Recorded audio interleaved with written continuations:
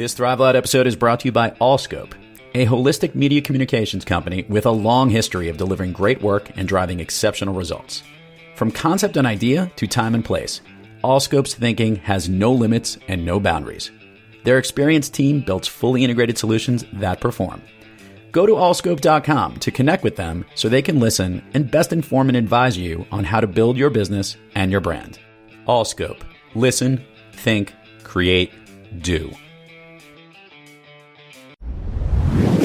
Today on Thrive Loud with Lou Diamond. And for me, it's always just, you're going to have the challenges. You just got to get back to the place where you're on your hero's journey and you remember why you're on that path. You don't need to play it safe. This was spectacular. And I'm going to be really honest, so I hope you don't mind. Yeah, that's what we want. And there will be bumps in the road. There will be twists and turns. You needed moxie on the floor and volume. It's the results and the connections and the improvement, the impact we have on other people's life. And that's when life becomes exciting. Who do you turn to personally to get back on the thriving track? I was really interested in how the world works. Thanks for the great introduction. It was really very simple. I just read part of your bio. Be brief, be bright, be gone. Get ready to thrive loud with Lou Diamond.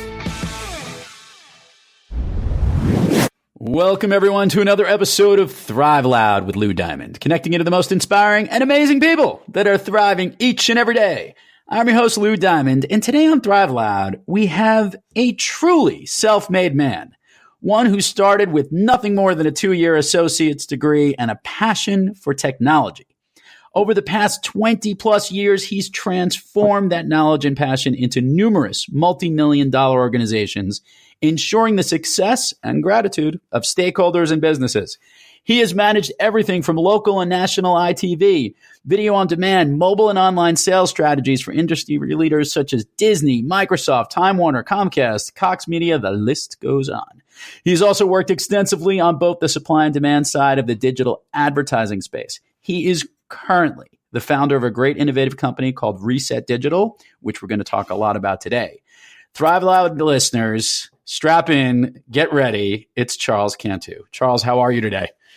I'm magnificent. How are you? I'm spectacular. For those who are fans of combining media and technology geeks together, we have the grand poobah of them all. Charles is one of the sharpest people you will ever come across and has a real insight as to not only how to maximize the space he's been in, but also to see where things are going and help to make change. Charles and I actually hung out not too long ago. It was actually this summer at a fun little workshop event where he got to share a little bit about Reset Digital. We talked.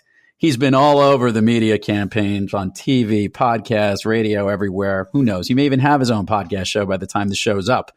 So before he gets too busy, Charles, if you could, for the Thrive Loud fans, share a little bit about what's been going on of late. Because if we go all the way back to the beginning, that could just be too long, I think. Don't you agree?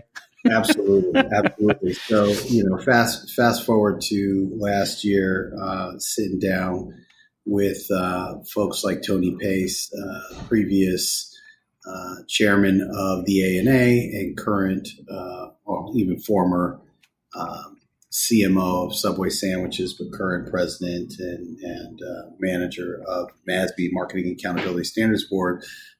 He and I were sitting down going over the problems in ad tech and specific to marketers just not knowing where their dollars are going. And during that time, interestingly enough, I was selling a business that was solving some of those problems. And I let him convince me that the world was ready. And so here is Reset Digital 2018. So I want to give a little rewind here because this is interesting. Share with the Thrive Loud listeners the problem that is going on in the advertising space. Did we lose you? Did we lose you?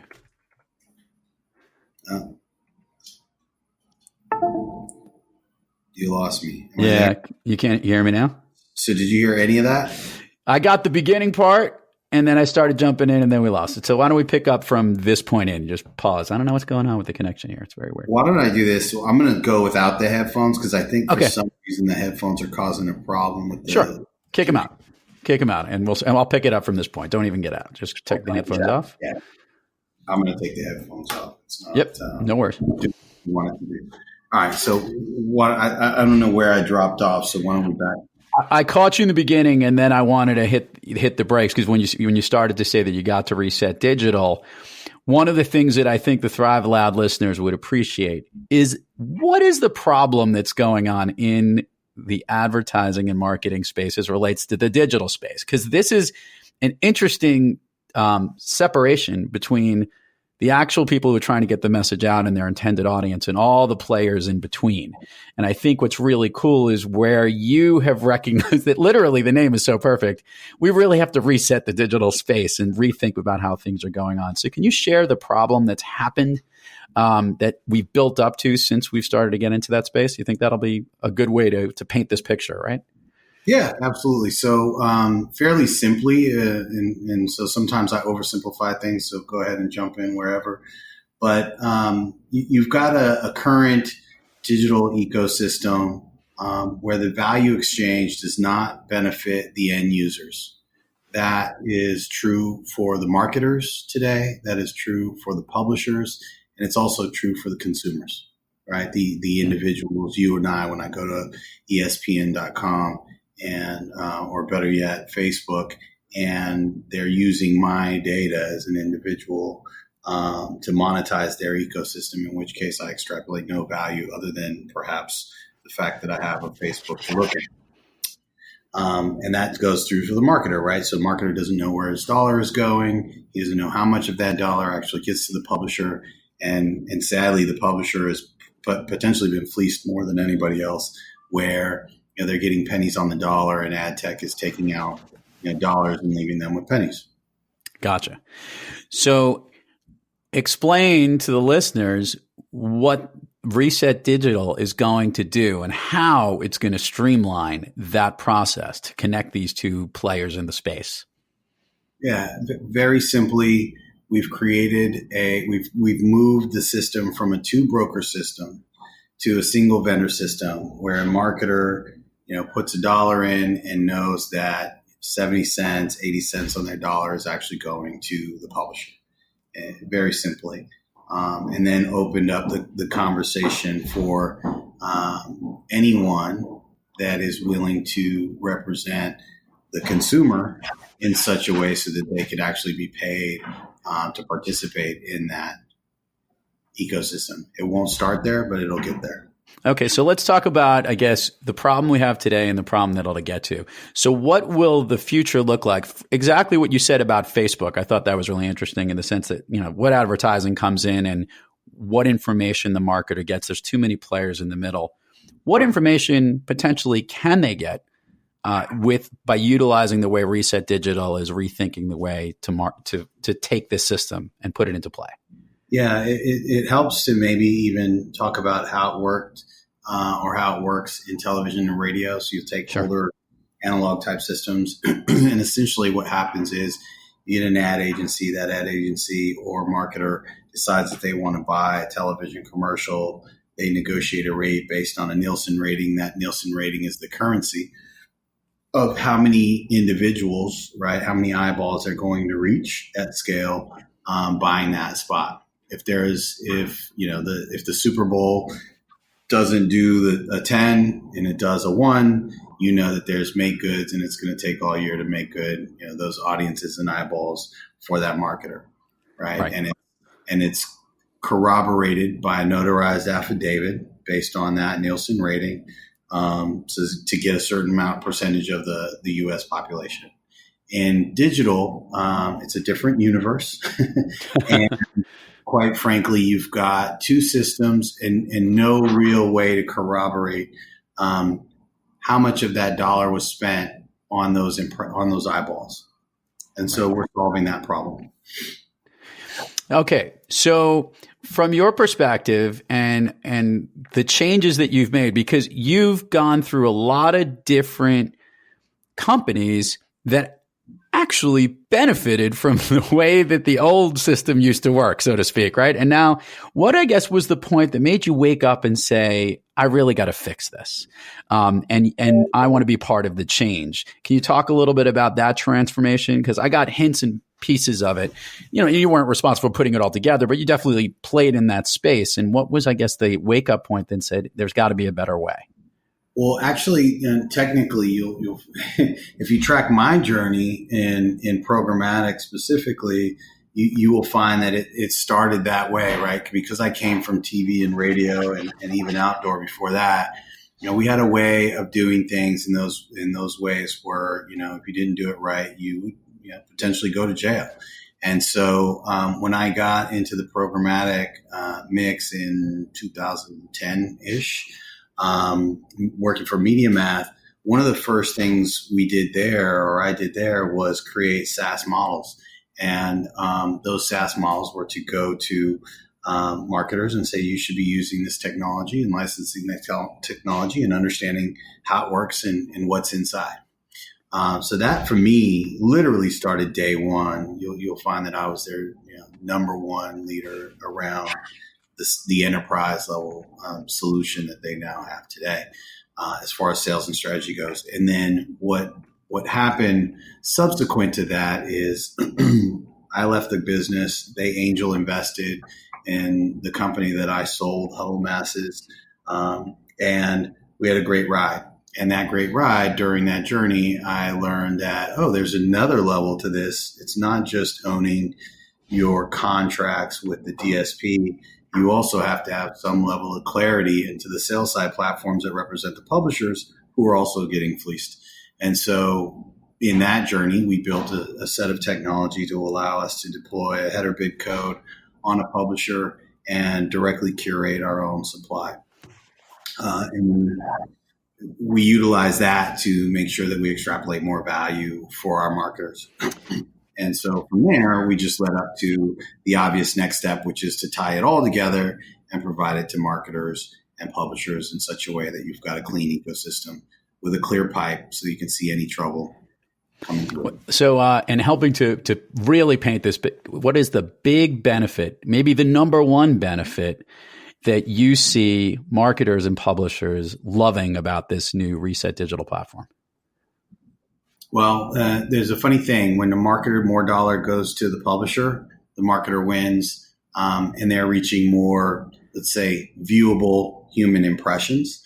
And another funny thing happens when they're doing that. A marketer is benefited a publisher is benefited because he's actually seeing more of that dollar, right? That dollar is not being extrapolated to other parties that are holding auction and game theory dynamic to extrapolate value and make more money and EBITDA for themselves. I wanted to just, because you're the right person to ask, because you have the expertise in this, and I had a really good conversation. He's an upcoming guest that'll be on Thrive Loud. We talked about you can't beat the algorithm in social media. I mean, the reality is that it's so unbelievably complex, and there's so much personality. And from someone pushing out content or looking to try to even just to view what's out there, could we get to a point that we see the content as the not as the marketer and not as the publisher, but as the customer? Will the customer eventually get to see, or the user of all these social medias and the ones being targeted for all these advertising, will we actually be able to see the things that make the most sense to us? Because I feel that with so many complications, advertising, algorithms, content, there's so much of it out there that it's really hard just to see everything. How can we get to that finish line of truly targeted direct communication by the marketers and the publishers, and really what we want to see? Yeah, I think for that, it's already starting to happen, right? You have software like Bidder that allows consumers to take control of their data, right? Because if you're in social and you're not paying for that social account on Facebook or Twitter or whatever, then you are the product. Yep. Make no mistake about it. As a consumer, you're the product, and you're being bought and sold thousands of times over, right? I think there's 10,000 bids per individual per day. if you want to get mathematically relevant to what's really happening. And so starting to take control of your data is possible, and people are doing that. Brave.io, I think, is another company that is doing a version of that, but extrapolating value for themselves versus the consumer.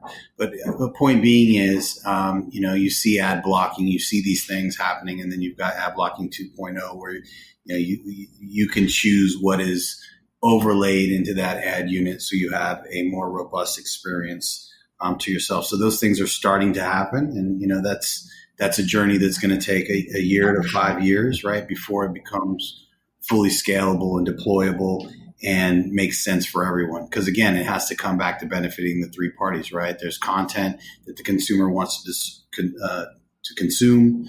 There is the consumer data itself that's relevant to whether they're engaged with ads or buying products from vendors or driving cash flow on a short-term, long-term basis, all of those things. And then there's marketers that obviously want to reach those consumers that are real and buy things. Gotcha. It's very simple. So, Charles, this is a question that I love to ask the guests on the show. And this is a weird one because I'm asking you to choose between the things that you love. Do you enjoy the actual technology that you get to develop in the companies that you've helped to build to shape and change the world that you work in?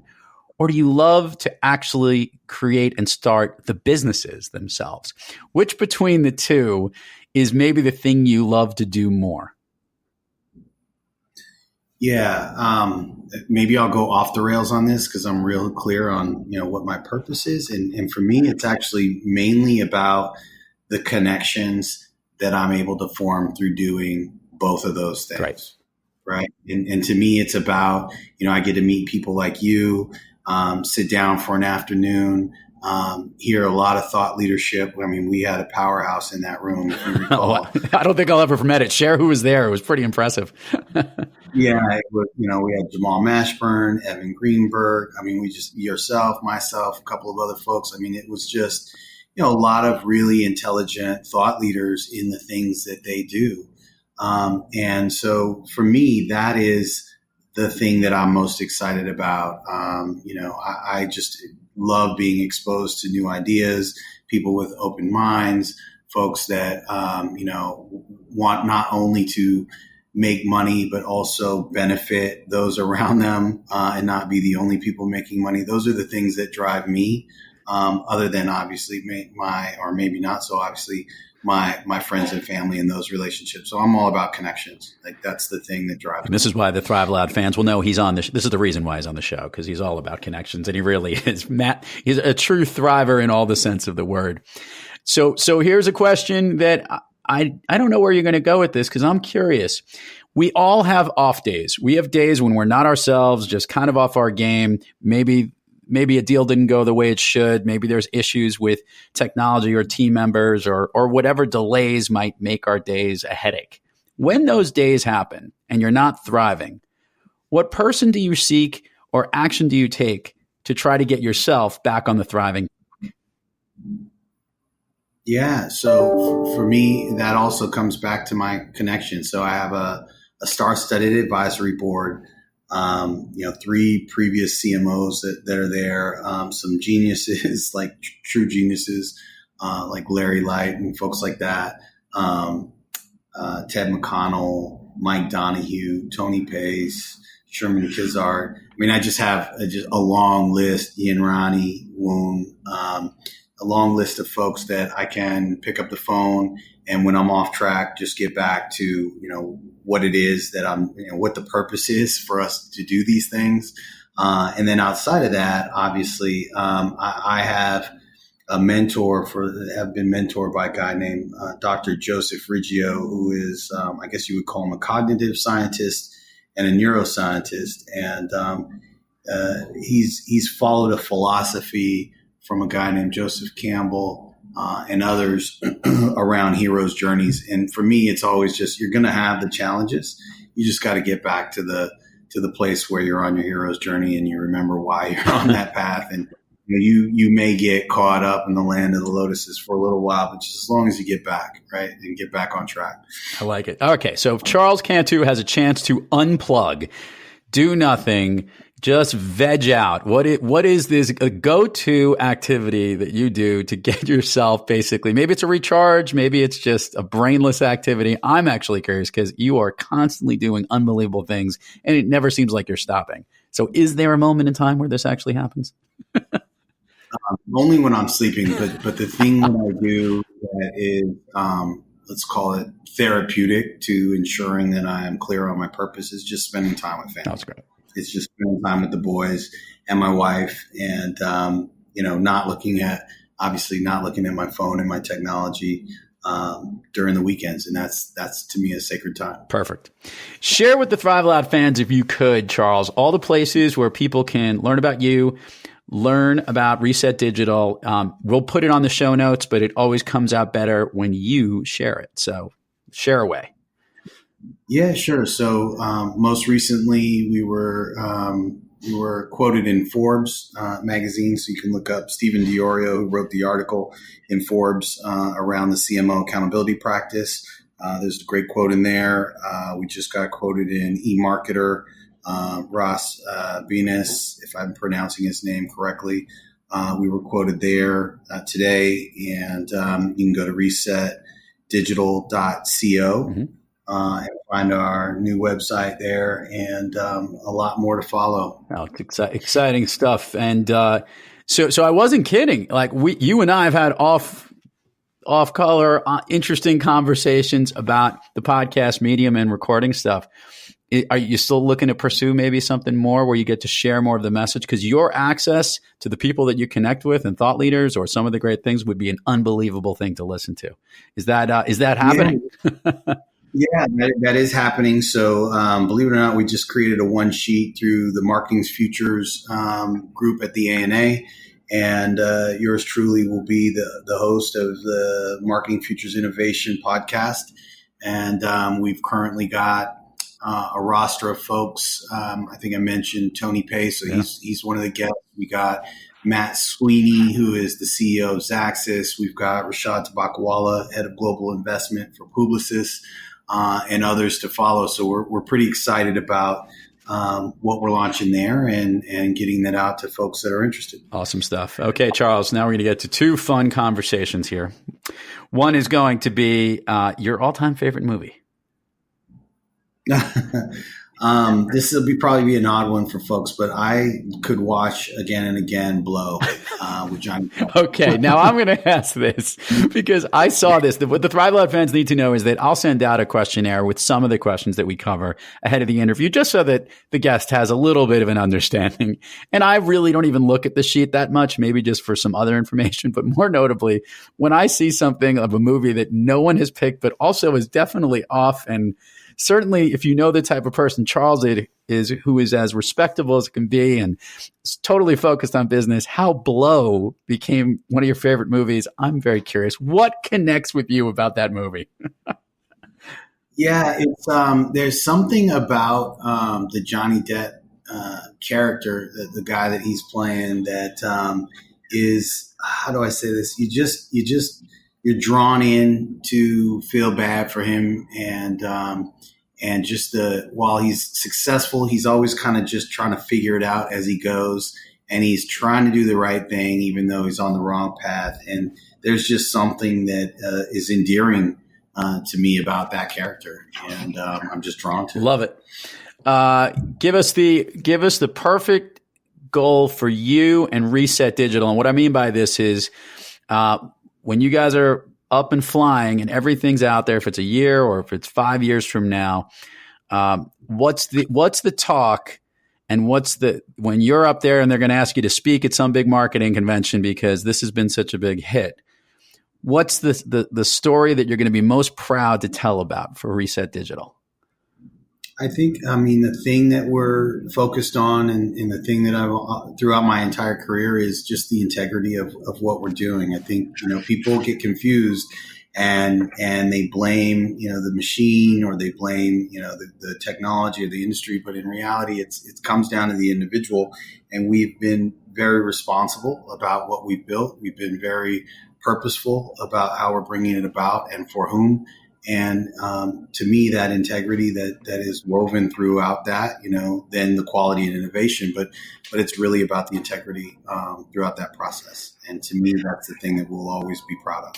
Charles Cantu, this has been brief and a wonderful pleasure to have you on. I am psyched because to see your brain in action in a workshop is one thing, but to see this come to life and all the things that you step into, I just feel privileged to be touching part of your world, man. So thanks for coming on the program today. The feeling's mutual, Lou. Thank you so much. You got it. And to all the Thrive Loud fans out there, thank you for joining us. And until next time, keep thriving onward and upward, and be brief, be bright, be gone. This is grade A, 100% pure Colombian cocaine, ladies and gentlemen. Disco shit. Pure as the driven snow. You've been listening to Thrive Loud with your host, Lou Diamond. Make sure to subscribe on iTunes, Overcast, or wherever you get your podcasts. And follow us on Twitter, Facebook, and Instagram at Thrive Loud. Or find us on the web at thriveloud.com.